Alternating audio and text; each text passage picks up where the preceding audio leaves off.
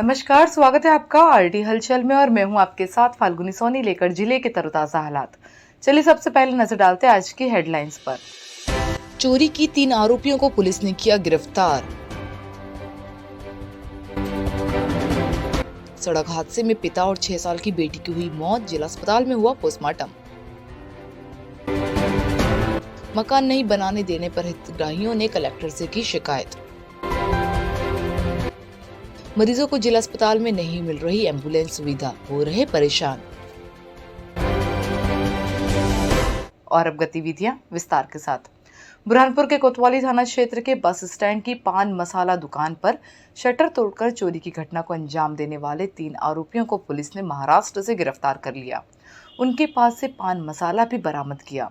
फरार 4 आरोपियों की पुलिस तलाश कर रही है। बुरहानपुर पुलिस ने कोतवाली थाना क्षेत्र के बस स्टैंड इलाके से पान मसाला कारोबारी के यहां करीब 15 लाख की पान मसाला चोरी की वारदात का पर्दाफाश किया।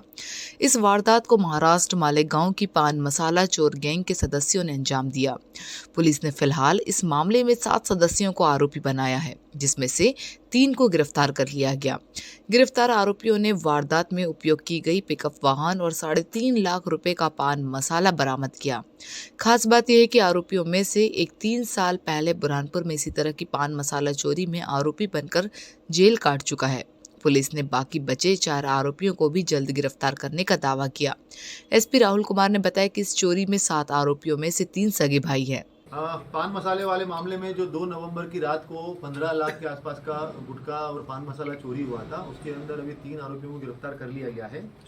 आरोपी आसिफ, शेख मुजाहिद और आरोपी इरफान, ये तीनों को गिरफ्तार कर लिया गया है। इनसे लगभग 3-3.5 लाख के आसपास का जो पान मसाला है उसकी जब्ती कर ली गई है। और क्योंकि वो लगभग 1 महीने पुराना है तो काफ़ी जो है वो आउटडेटेड माल हो गया है, तो वो सारी जब्ती हो गई है। अभी बचे हुए जो 4 आरोपी इनके द्वारा बताए गए हैं, जिनके पास में और पान मसाला था और उन्होंने आगे एक व्यवसायी को भी बेचा है, ऐसी जानकारी भी इनके द्वारा बताई गई है। तो उसके लिए पुलिस प्रयास कर रही है उन चारों आरोपियों को साथ साथ में उस व्यवसायी को गिरफ्तार करना। कहाँ से गिरफ्तार किया? इन तीनों को हम लोगों ने शिल्लोड और मालेगांव के आसपास से जो है वो पुलिस पकड़ के लेके आई है। सर कितने का माल है? अभी जो चोरी गया था वो लगभग 15,47,000 का माल था और जो अभी हमने बरामद किया है वो अराउंड 3.5 लाख के आसपास का माल हमने अभी बरामद किया। जो शेख इरफान, निसार और सत्तार है, ये तीनों आपस में सगे भाई है और बाकी जो बचे हुए आरोपी है ये आपस में एक दूसरे को पहचानते थे, दोस्त थे। बुरहानपुर जिले के खकनार थाना क्षेत्र के सिरपुर के पास सड़क हादसे में पिता और 6 साल की बेटी की मौत हो गई। पुलिस ने पोस्टमार्टम के लिए शव को बुरहानपुर के जिला अस्पताल में पहुंचाया। अस्पताल में पोस्टमार्टम कर शव परिजनों को सौंप दिया।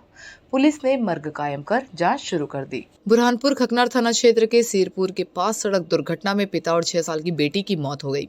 मौके पर पहुंची पुलिस ने मृतक पिता और बेटी के शव को पोस्टमार्टम के लिए बुरहानपुर के जिला अस्पताल में पहुंचाया। अस्पताल में पोस्टमार्टम कर शव परिजनों को सौंप दिया। प्राप्त जानकारी के अनुसार चमारिया टांडा निवासी मृतक छगन और अपनी 6 साल की बेटी दिया को ससुराल सिंदखेड़ा लेने के लिए गया था। सिंदखेड़ा से लौटते समय सिरपुर के पास खड़े हुए गन्ने के ट्रक से मोटरसाइकिल टकराने पर पिता और बेटी की मौत हो गई।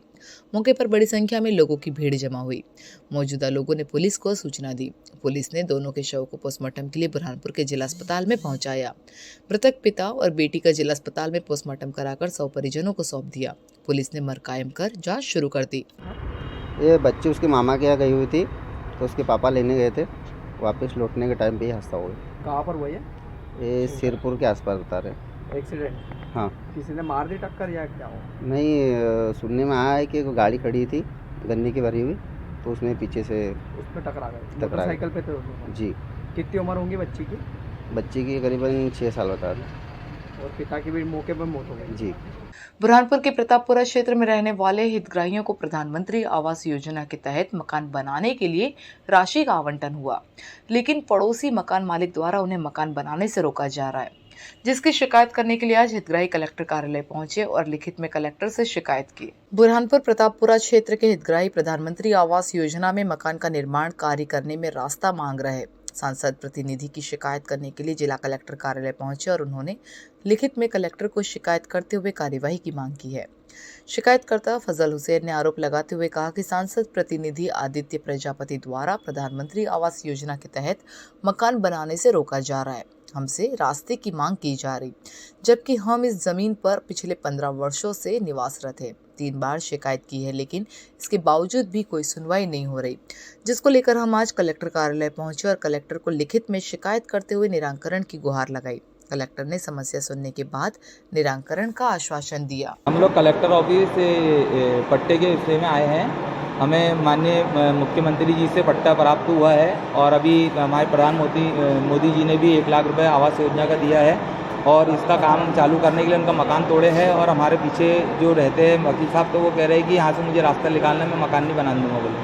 कौन है वकील साहब, क्या नाम है? प्रजापति साहब है, आदित्य प्रजापति। तो हमने उनसे बोला कि इनसे गरीबों से क्या दिक्कत है, तो 15 साल से यहाँ लोग रह रहे हैं यहाँ पे, इनके तो पट्टे, टैक्स, रसीद, नल, मीटर सब है इनके पास में। कहाँ पहुँचे शिकायत करने? हम शिकायत करने एडीएम साहब के पास भी गए थे, हम थाने पे भी गए थे।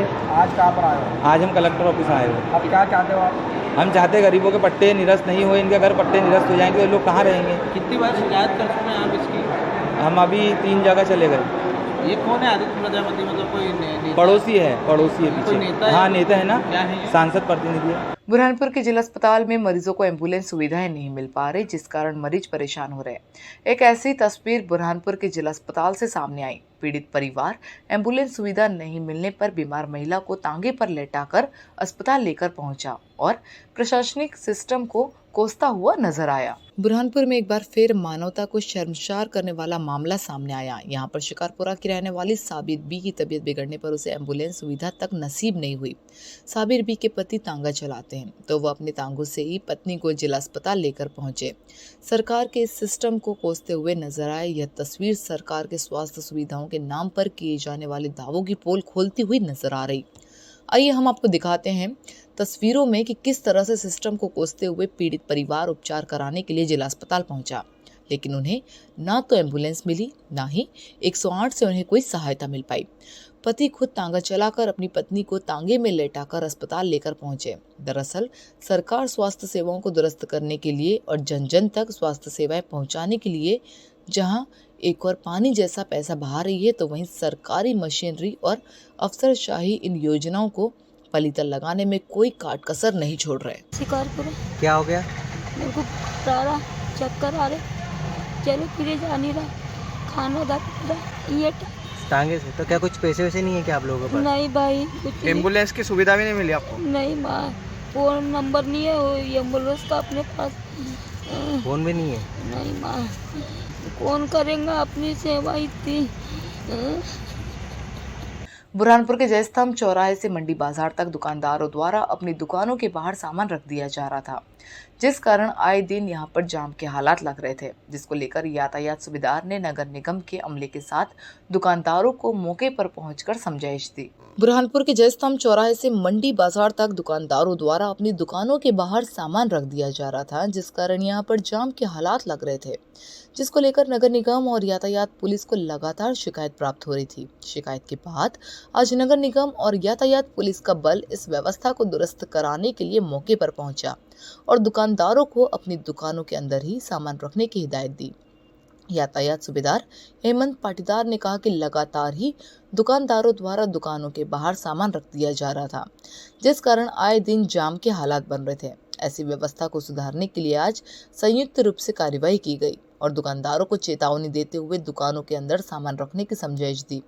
यदि इसके बावजूद भी पालन नहीं किया जाता है तो दुकानदारों पर चालानी कार्यवाही की जाएगी। देखिए, शनिवारा से मंडी चौक के बीच में ये शहर का मुख्य मार्ग है और यहाँ पे वाहनों का काफ़ी आवाजाही रहती है और जाम की स्थिति बार बार बनती रहती है। देखने में आया कि इसका एक बड़ा कारण यहाँ के जो छोटे व्यवसायी व्यापारी हैं वो लोग अपना छोटी छोटी चीज़ों से अतिक्रमण कर लेते हैं, जिसकी वजह से यहाँ पे अव्यवस्था होती रहती है। तो आज हमारी टीम के साथ में हम निकले हैं और ये इन लोगों को अंदर करने की समझाइश भी दे रहे हैं। और ऐसे लोग जो बार बार ऐसी हरकतें करते हैं, बार बार अपना सामान बाहर करते हैं, तो फोटोग्राफ हम ले रहे हैं। आज हम इनको सबको एक पत्र के माध्यम से नगर निगम को भेजेंगे और ऐसे लोगों पे अगर दोबारा इनके द्वारा ये कृत्य किया जाता है तो इन पर कार्रवाई करेंगे।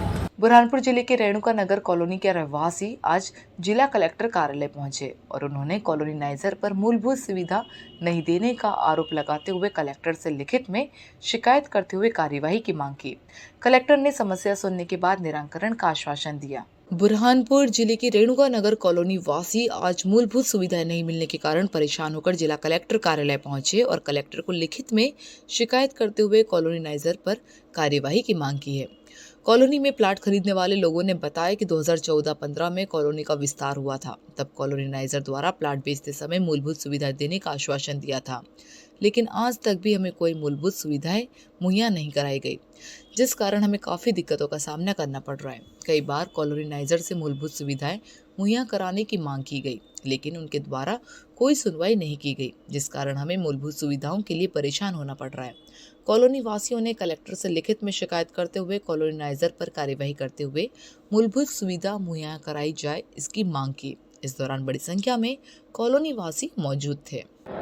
रेणुका नगर सर्किट हाउस के बगल में एक अवैध कॉलोनी का 2014-15 में निर्माण हुआ था, जो रजिस्ट्री पूरे लोगों को दी गई थी। उसके अंदर मूलभूत सुविधाओं का पूरा लिखा हुआ था, वर्णन था कि हम पानी, बिजली, नाली, सारी मूलभूत सुविधाएं देंगे।